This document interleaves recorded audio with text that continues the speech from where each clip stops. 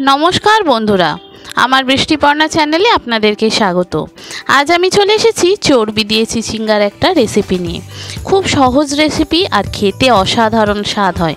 অনেকেই চিচিঙ্গা খেতে পছন্দ করেন না বা ভালো লাগে না, অনেক সময় চিচিঙ্গা সিদ্ধ হয় না, তাই জন্য খেতে চায় না।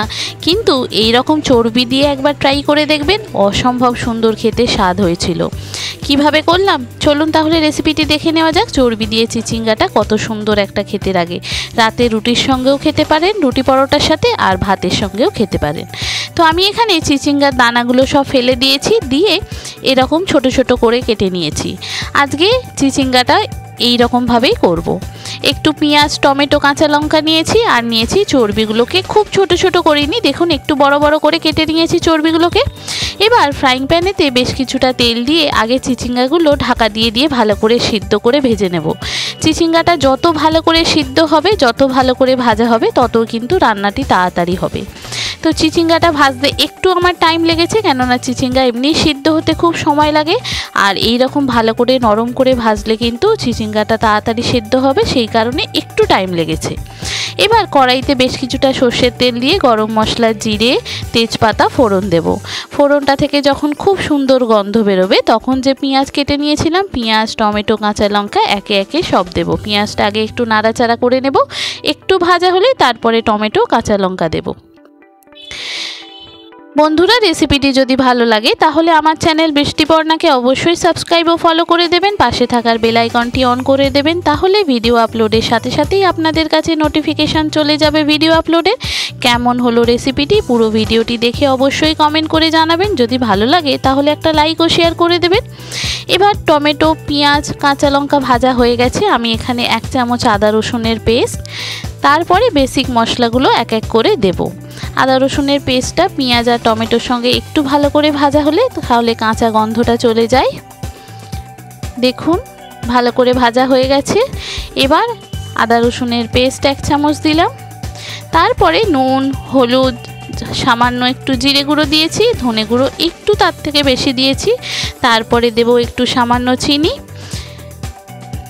গরম মশলার গুঁড়ো, লঙ্কার গুঁড়ো, আর দিয়েছি একটু গোলমরিচের গুঁড়ো।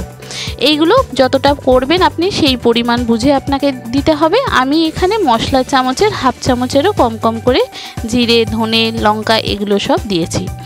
এবার মশলাটা খুব ভালো করে কষিয়ে নেব। মশলাটা খুব ভালো করে কষানো হলে, মশলার কাঁচা গন্ধটা চলে গেলে, যে চর্বিগুলো নিয়েছিলাম সেই চর্বিগুলো এখানে দিয়ে দেব। চর্বিগুলো মশলার সাথে খুব ভালো করে ভেজে নিতে হবে। যত ভালো করে ভাজা হবে, চর্বির কিন্তু একটা গন্ধ থাকে, সেই গন্ধটা কিন্তু তাড়াতাড়ি চলে যাবে। এবার দেখুন চর্বিটা দিয়ে খুব ভালো করে কষাতে হবে। এখানে আমার একটু টাইম লেগেছে এটা ভাজতে। এটা ভাজা হয়ে গেলে তারপরে ভেজে রাখা চিচিঙ্গাগুলো আমি এর মধ্যে দিয়ে দেব। দেখুন, যে সমস্ত নতুন বন্ধুরা আমার ভিডিওটি দেখছেন অথচ আমার চ্যানেল বৃষ্টিপর্ণাকে সাবস্ক্রাইব ও ফলো করেননি, তাদেরকে অনুরোধ করব আমার চ্যানেল বৃষ্টিপর্ণাকে সাবস্ক্রাইব ও ফলো করে দেওয়ার জন্য। তাহলে ভিডিও আপলোডের সাথে সাথেই আপনাদের কাছে নোটিফিকেশান চলে যাবে ভিডিও আপলোডে। কেমন হলো রেসিপিটি অবশ্যই পুরো ভিডিওটি দেখে কমেন্ট করে জানাবেন। যদি ভালো লাগে তাহলে একটা লাইক ও শেয়ার করে দেবেন। দেখুন চিচিঙ্গাটা দিয়ে এবার আমি খুব ভালো করে এটাকে কষাবো। এটা যত ভালো করে কষানো হবে, মশলার তেল তো ছেড়ে যাবে, আর চিচিঙ্গার সঙ্গে মশলাটা খুব ভালো করে ভাজাও হবে, কষানোও হবে। এইভাবেই চিচিঙ্গা করেছিলাম। চিচিঙ্গা অনেক সময় আমাদের বাড়িতে খেতে চায় না, আমি খুব ভালোবাসি, কিন্তু ভাজা ছাড়া তরকারি চিচিঙ্গা কিন্তু খেতে চায় না আমার হাজবেন্ড। তো এইভাবে চর্বি দিয়ে করেছিলাম, সত্যি খুব সুন্দর হয়েছিল। তো যার জন্য ভাতের সাথে করেছিলাম, আর খেয়েও নিয়েছিল, বলছে চিচিঙ্গাটা সিদ্ধও ভালো হয়েছে, আর একটা মাংস, চর্বির মাংস মাংস একটা গন্ধ ছিল, যার ফলে চিচিঙ্গাটায় খেতে খুব ভালো লাগছিল। এবার দেখুন পরিমাণ মতো জল দিয়ে দিলাম, দিয়ে এটা সিদ্ধ হতে দিয়ে দেব। তারপরে এটা সিদ্ধ হয়ে গেলে ফিরে আসছি। দেখুন চিচিঙ্গাটা অনেকটা সিদ্ধ হয়ে গেছে, আর চর্বিগুলো ফুলে ফেপে উঠে পড়েছে। এবার এই রকমভাবে আমি একটু জলটা শুকনো করে নেব, আর এখানে নুন ঝালটা একটু চেক করে নেব। নুন ঝালটা একটু দেখে নেব, যদি প্রয়োজন পড়ে হালকা একটু নুন দিতে হবে। নুন ঝালটা দিয়ে তারপরে এটা একদম মাখো মাখো করব, করে তারপরে এটা নামাবো। এই তরকারি একটু শুকনো শুকনোই খেতে ভালো লাগে, ঝোল ঝোল কিন্তু খুব একটা খেতে ভালো লাগে না, তাই এটাকে একদম মাখো মাখো করব। চিচিঙ্গাগুলো দেখে মনে হচ্ছে যে আর একটু নরম হবে। দেখুন জলটা একটু শুকিয়ে গেছে। এই রকমভাবে চিচিঙ্গা কিন্তু একবার ট্রাই করতে পারেন বন্ধুরা, কথা দিচ্ছি খুব ভালো লাগবে।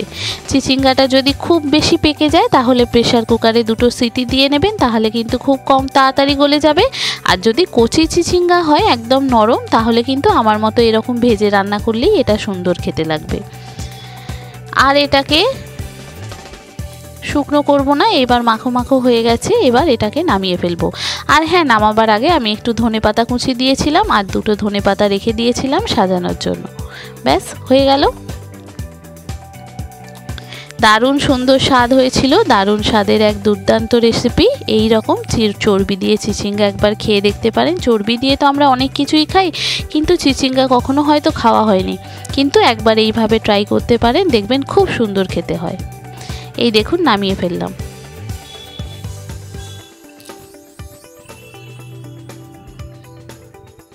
একদম মাখো মাখো হয়েছে না? আমাদের কি হয়, বাঙালিদের ভাতের সময় একটা তরকারি তো লাগেই, একটা নিরামিষ হয়, ডাল হয়, তরকারি হয়, সবই হয়, মাছ হয়। মাছ ভাত ডাল না হলে বাঙালিদের চলে না। তো এই রকম একবার শুকনো শুকনো চিচিঙ্গা চর্বি দিয়ে তরকারি একবার দেখতে পারেন, দেখবেন খুব ভালো খেতে লাগে। এবার উপর থেকে আমি 1-2টো ধনেপাতা সাজিয়ে দিলাম যাতে দেখতে ভালো লাগে। ব্যাস, আপনাদেরকে আরেকটু কাছ থেকে দেখাই, দেখুন কত সুন্দর দেখতে হয়েছে। আগে না খেয়ে থাকলে এইভাবে একবার চর্বি দিয়ে চিচিঙ্গা ট্রাই করতে পারেন, কথা দিচ্ছি খুব ভালো লাগবে।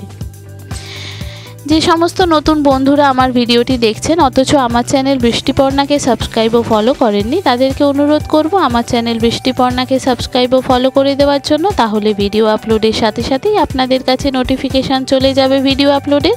কেমন হলো রেসিপিটি, পুরো ভিডিওটি দেখে অবশ্যই কমেন্ট করে জানাবেন। যদি ভালো লাগে তাহলে একটা লাইক ও শেয়ার করে দেবেন। দেখেছেন কত সুন্দর দেখতে হয়েছে, একবার ট্রাই করবেন, ভালো লাগবে। সবাই ভালো থাকবেন, সুস্থ থাকবেন, সাবধানে থাকবেন। দেখা হবে পরের ভিডিওতে। থ্যাংক ইউ বন্ধুরা।